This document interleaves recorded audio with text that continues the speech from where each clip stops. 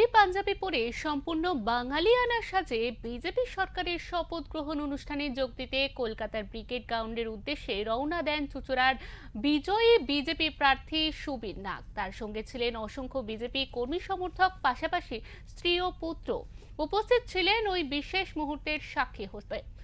রওনা দেওয়ার আগে সুবীর নাগ বলেন, আজ কবিগুরু রবীন্দ্রনাথ ঠাকুরের জন্মদিনের দিন মানুষের রায়ে জয়লাভ করে আজ মাথা উঁচু করে সরকার গঠন করতে চলেছে বিজেপি, এবং সেই সরকারের অংশ হিসাবে তিনি বিধায়ক হিসাবে শপথ গ্রহণ করবেন।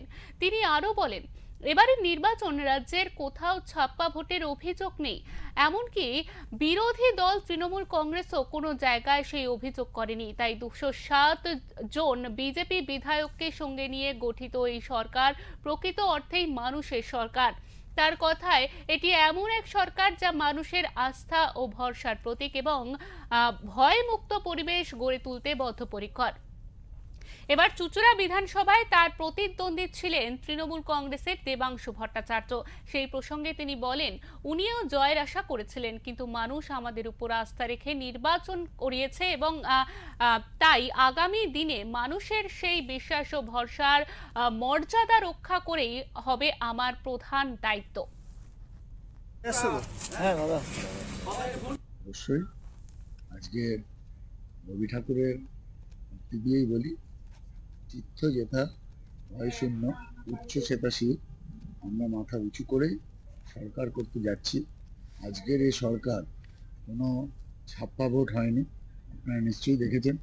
আমাদের শাসক দলও কোথাও শান্তিপূর্ণ ভোটের বাইরে কোথাও রিগিং হয়েছে, কিচ্ছু হয়েছে এরকম বলেনি। অতএব এই মাথা উঁচু করে বিধানসভায় এতগুলো 207টা পদ্ম ফুটেছে, এই সরকার হয়েছে এবং মানুষের সরকার হয়েছে। ভয় মুক্ত ভরসাযোগ্য এক সরকার আমরা মানুষের কাছে উপস্থাপনা করব। মনে প্রাণে বাঙালি, সর্বত্র বাঙালি। সারা বছর নানা অনুষ্ঠান ধুতি পড়তে আমার খুব ভালো লাগে, আমি পড়েই থাকি। এটার মধ্যে নতুনত্ব কিছু নেই। 3বারের বিধায়ককে হারিয়ে আমি যাচ্ছি না।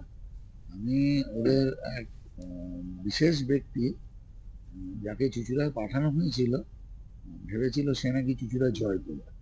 যাই হোক, ভ্রান্ত ধারণা তো মানুষের মধ্যেই থাকে, তাই এটা এর বিষয়ে আমি কিছু বলছি না। কিন্তু মানুষের আশা আকাঙ্ক্ষা, মানুষের ভরসা আমাদের প্রতি ছিল, বিশ্বাস মানুষ আমাদেরকে করেছে, সেই বিশ্বাসের মর্যাদা দেয় এখন আমার কাছে। ওইটা কার গাড়ি ঢুকলো? ওটা গিয়ে আমাদের ওইখানে ওখানে ঢুকে জল তুলে দিন।